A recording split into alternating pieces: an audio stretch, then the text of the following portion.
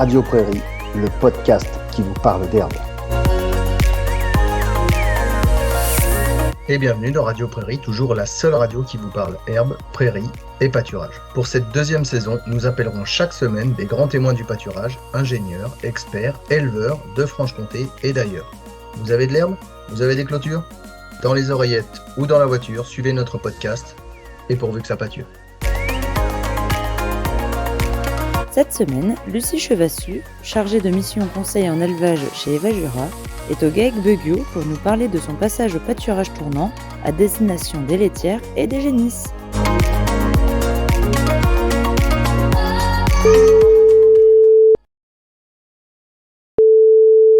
Donc bonjour Nicolas, merci de nous recevoir au GAEC Beguiot à Cauches dans le Jura pour cet épisode de Radio Prairie. Si c'était possible de nous présenter l'exploitation.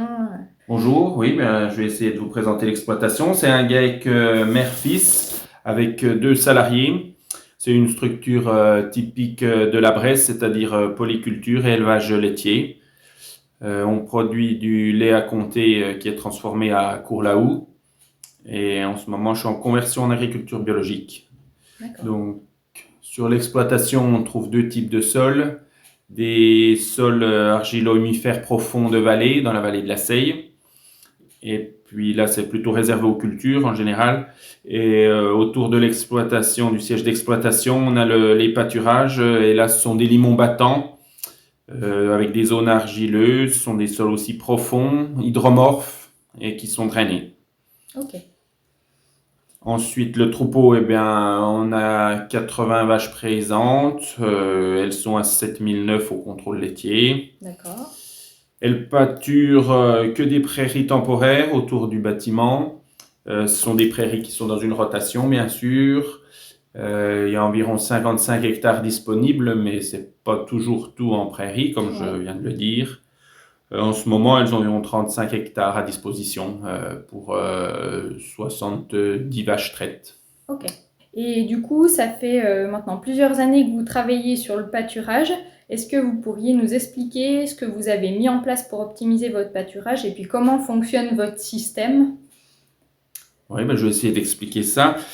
Donc, on pâture, on est en comté depuis toujours. La fromagerie était à Cauges maintenant, elle est à Courlaoux, comme je l'ai dit. Mais ça fait 3 ans qu'on a un peu changé nos systèmes. C'était un peu sous l'impulsion du contrôle laitier et de Timothée Baudot, notre contrôleur.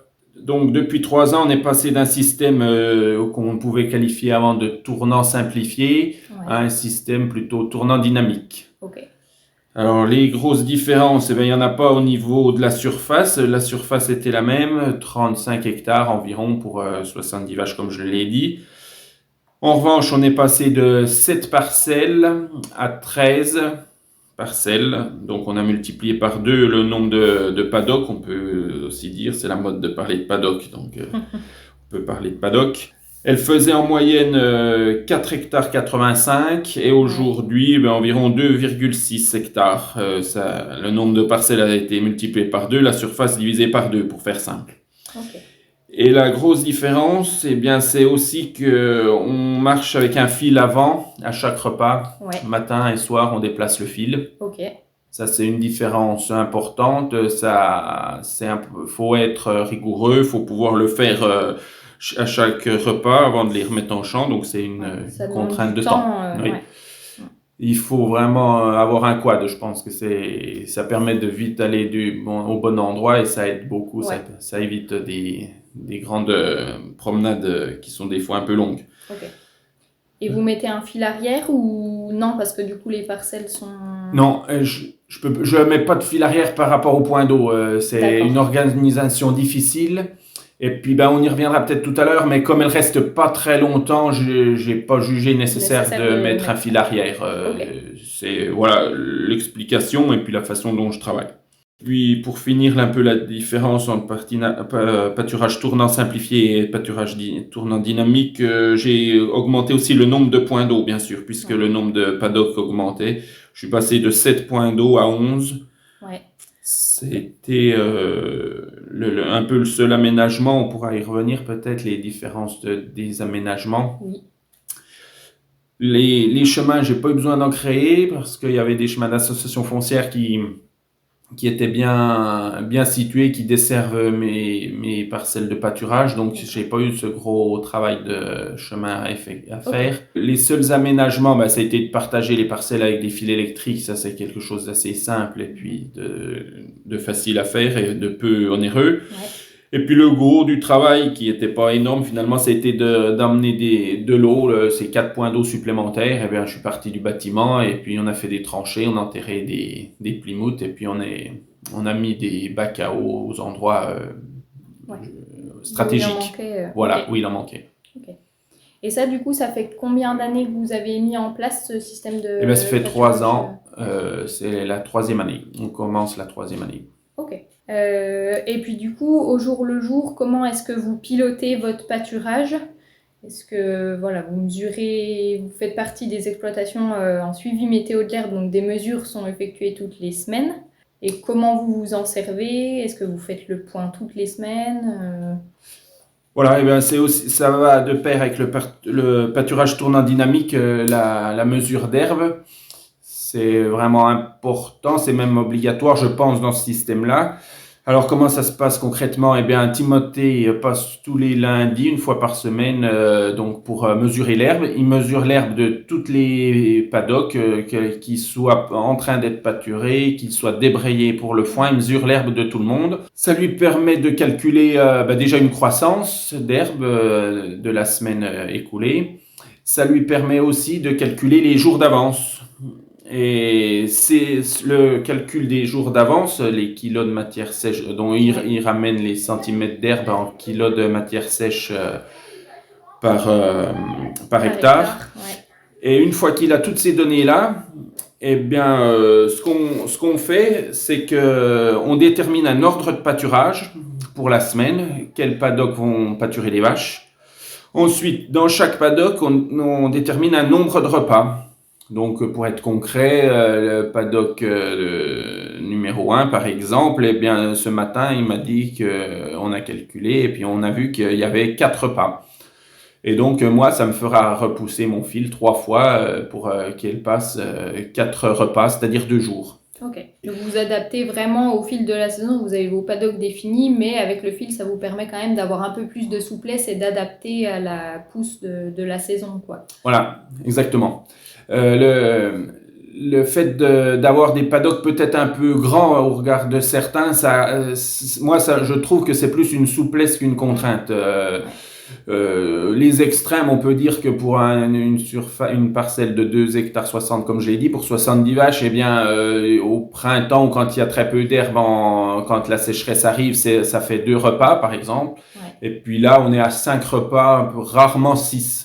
Okay. Donc 6 repas, ça fait 3 jours, c'est acceptable. Ouais.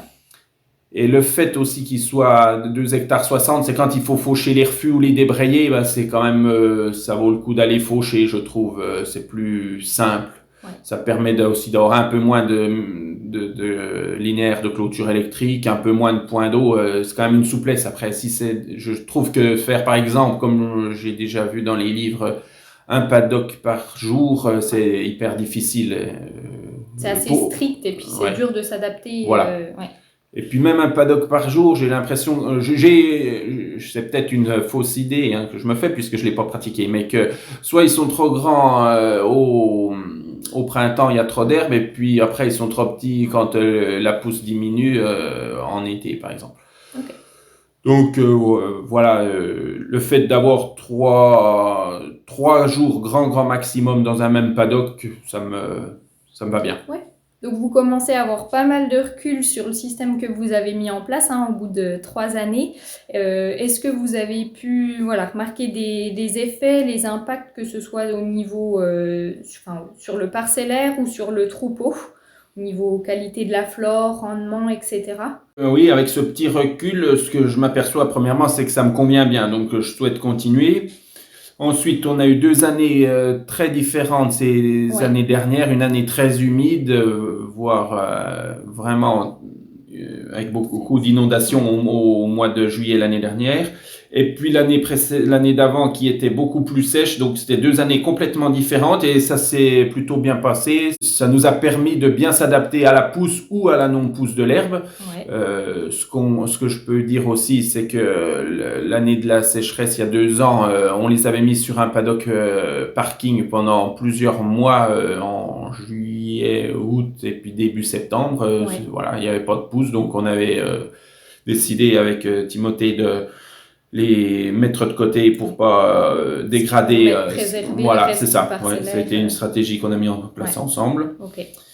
Ensuite, le rendement, j'ai l'impression, sans avoir vraiment d'éléments chiffrés pour le détailler, j'ai l'impression que l'ancien système tournant simplifié, j'avais plus de gaspillage, plus de refus et j'arrivais moins à faire du stock fourragé sec pour les périodes d'hiver ou de sécheresse qu'aujourd'hui. Okay. Donc je pense que le rendement à l'hectare a augmenté un peu et surtout ce que j'ai remarqué, le fait d'entrer en gros entre 10 et 12, voilà, ça c'est la théorie et puis on arrive à peu près à s'y tenir et de sortir à 6, ça permet d'avoir une meilleure qualité du pâturage. D'être en optimum entre la quantité et la qualité, voilà. C'est vraiment...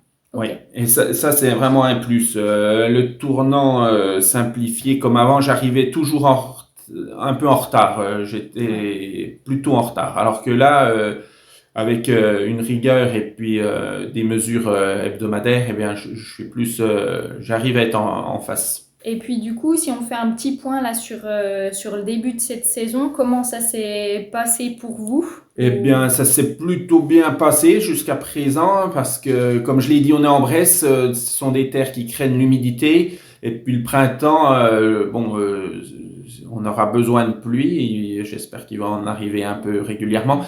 Le printemps était plutôt sec. Donc, tout le mois de mars, elles ont pâturé. On les a sortis, enfin, tout le mois de mars, on les a sortis le 6. Elles ont bien déprimé, elles sont passées partout et en revanche on la mettait que la journée parce que les jours d'avance nous indiquaient qu'on n'avait pas assez de stock en début de pâturage pour les mettre jour et nuit. Donc voilà, ça c'est aussi le fait de mesurer l'herbe qui nous a aiguillés et puis qui nous a indiqué qu'il fallait pâturer pour déprimer bien sûr, mais que la journée. Quantité n'était pas... Donc, en gros, elles avaient un repas de foin. Ça fait une bonne transition aussi. Pendant un mois de temps, oui, voilà. Ça permet ça c'était appréciable. Je pense que pour elles, ça a été aussi quelque chose de positif d'avoir une transition longue et puis pas trop brusque avec en gros 9 kilos de foin et puis 9 kilos d'herbe en matière sèche. Et puis actuellement, du coup, la ration... qu'elles ont en ce moment? Eh bien, aujourd'hui, elles ont, là, on peut dire comme ça va faire, presque ou un bon mois, plus d'un mois et demi qu'elles sont sorties. Elles ont plus que, elles vont en champ jour et nuit, bien sûr. Elles ont plus que 3 kilos de foin. Et puis, j'ai pas mal de lait en ce moment, donc on a quand même pas mal diminué de concentré. On est à 2,9 kg de concentré, avec une majorité de céréales et très peu de tourteaux, mais au DAC, on donne quand même un peu de tourteaux à certaines vaches. Ok. Et puis pour aller encore plus loin dans l'optimisation de la valorisation de l'herbe, je crois que vous êtes aussi en train de réviser votre système pour les génisses. Si vous pouvez nous expliquer rapidement...